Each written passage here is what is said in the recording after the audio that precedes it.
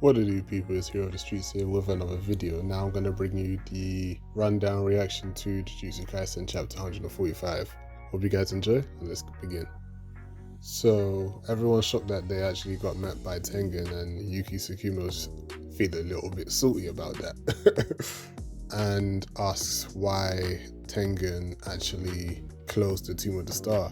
And Tengen actually goes to say, "Oh, I was afraid you'd be allied with Kenjaku." And unfortunately, Tengen is not all-knowing enough to read a person's heart. That sounded just a bit corny to me, but hey, it is what it is, isn't it? And turns out Kenjaku is the sorcerer who's now possessing Geto's body. So Tengen knows that much.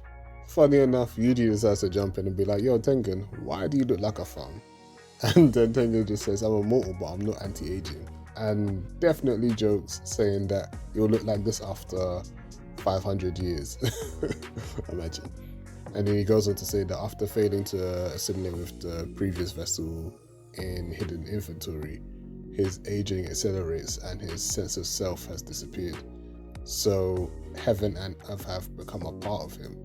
Yuki deduces that there wasn't another star plasma vessel at the time and says that no wonder the voice hasn't increased. Don't know what that is. Probably gonna hear more about it later on. But yeah, Megumi and Yuta chime in and just be like, "Yo, we want to know how to unseal the prison realm and know about Genjaku's intention and what he's about." But Tengen says that, "I will tell you, but oh, oh, oh, oh." So Tengen says, "Yeah, I'll tell you, but on one condition. Out of the three, which is Yuta Okotsu, Tsukumo Yuki, and Death Painting Joso, he wants two of them to stay as his guard." And doesn't really explain why, but he decides to say, "You know what, let's talk about Kenjaku." So he says that Kenjaku's intention is to force human evolution throughout Japan. But we already know that already. And so they ask why Kenjaku didn't use Tengen's barrier to idle transfigure every single Japanese person into a sorcerer. And Tengen answers that essentially there's not enough curse energy for that. And the energy from Uzumaki does not cycle back to the sorcerer. And so it's just simply inefficient to use curse technique to evolve all humans at one time. So Kenjaku is trying to achieve evolution by assimilating with Tengen, essentially. But the thing is, they pretty much go to Tengen and say, "I swear that it can only be done with a star plasma vessel." And Tengen just says that, yeah, I mean, that was the case with his past self, but he's been evolving for 11 years. So it's not exactly impossible to assimilate with someone other than the star plasma vessel. And so Joso chimes in and says, "How can you assimilate with multiple humans?" And Tengen actually kind of confirms what I said. So he says that actually the me in front of you now isn't myself either, but the soul of my evolved self exists everywhere because he is now one with heaven and earth. So essentially what we see right now is a proxy. It's just an avatar, like, yeah, I was right. Hey. So the human that assimilates with Tengen will surpass the normal definition of a sorcerer, and they exist but also don't exist, which is like a new form of existence. This is sounding a lot similar to like what Aizen wants to do. Well, not what Aizen wants to do, I forget his whole motives, but it just reminds me of that a little bit, just because he wanted to fuse or do some madness with the Spirit King. Either Aizen or Huak, whatever his name is, but anyway. Now, because Tengen has this barrier technique, he can maintain his form and consciousness even after evolution. But if many people evolve, and if even one of them goes out of control, it'll be the end of the world. And that is because they lack the boundary of an individual, and ill will spread in an instant. Meaning that 100 million people's worth of depravity would pour out into the world, and the devastation in Tokyo would just be widespread globally. Unfortunately, Tengen can always tell people what's going on, but not why someone's going to do it, because he can't read someone's heart, innit? And so Maki chimes in saying, "Okay, cool, but Tengen, can you just reject their assimilation?" But that's the problem. Oh, raw! So because of Tengen's continuous evolution for 11 years, his composition is more closer to that of a curse than a human. So Geto Kenjaku can use curse spirit manipulation on Tengen. Mazine, okay, that's why they were all shook in the roars. Okay, this is mad. Anyway, and he even goes on to say that considering Kenjaku's ability as a sorcerer, he will probably absorb Tengen immediately upon contact. That is mad. And so, okay, this is God from 0 to 100. You can tell by my voice. But yeah, Tengen is rejecting everything from entering the Tomb of the Star for this exact reason. And that's why he wants guards, because Kenjaku is a master in barrier technique, second only to Tengen. And it's only a matter of time until he unseals the Tomb of the Star, Mazine. And that's probably why he needs like 2 special grades to guard him. So the question of Yuki's is why now? Because, I mean, there's preventing the merge of the Star Plasma Vessel, evolving Tengen, absorbing and controlling him with curse spirit manipulation technique, on top of the fact that Kenjaku already has a connection to Sukuna. That means he's been about for at least 1,000 years, so like, why now? And so Tengen then says, okay, well, myself, the Star Plasma Vessel, and the 6 Eyes are all connected by fate.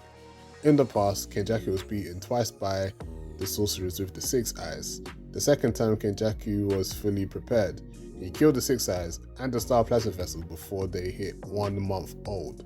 And yet on the day of assimilation, both the Star Plasma Vessel and the 6 Eyes still appeared. So after that, Kenjaku changed his strategy to sealing rather than killing, because there can't be 2 possessors of the 6 Eyes at the same time. But 11 years ago, something unpredictable happened. Zenin Toji's intervention. This guy is still having an effect on the world. Alright, cool. Funny enough, Maki is shocked. Megumi is like, who's this dude? And Tengen says that among the people with a physically gifted body due to heavily restriction, he's a special case because he's completely free of curse energy. And he is a human who used the strength of the binding to escape fate and destroy their destiny. Plus, there's Geto with curse spirit manipulation. Anyway, so all the pieces other than the prison realm had gathered together. Then 6 years ago, even prison realm fell into Kenjaku's hands. So the question now is, what's the point of the culling game? And Tengen says it's an acclimatization to the assimilation process. Boy, this is turned out to be the longest video I've done. Well, not the longest, but fam, there's a lot of reading here. So it's not impossible to merge with non-star plasma vessels now, but there's a high probability of becoming an incomplete being. The culling game is a ritual using cursed energies of the swimmers and the boundaries connected between colonies to take the humans of this country to Nirvana. Alright. And now the acclimatization is probably to prepare for the start of the merge with Tengen. However, to successfully pull off a ritual like that, Kenjaku must have placed binding vows on himself. And one of them must be that Kenjaku cannot be the game master of the culling game. That's probably going to be Raume, the girl with the eyes, basically. And that means that Kenjaku's taking part in this. This means that it works against them all, because even if Kenjaku is killed, the culling game won't end. And the only way it can end is that either all the swimmers die or all swimmers all reject participating, then die. Until then, the game won't end. This is a bit mad. This is mad.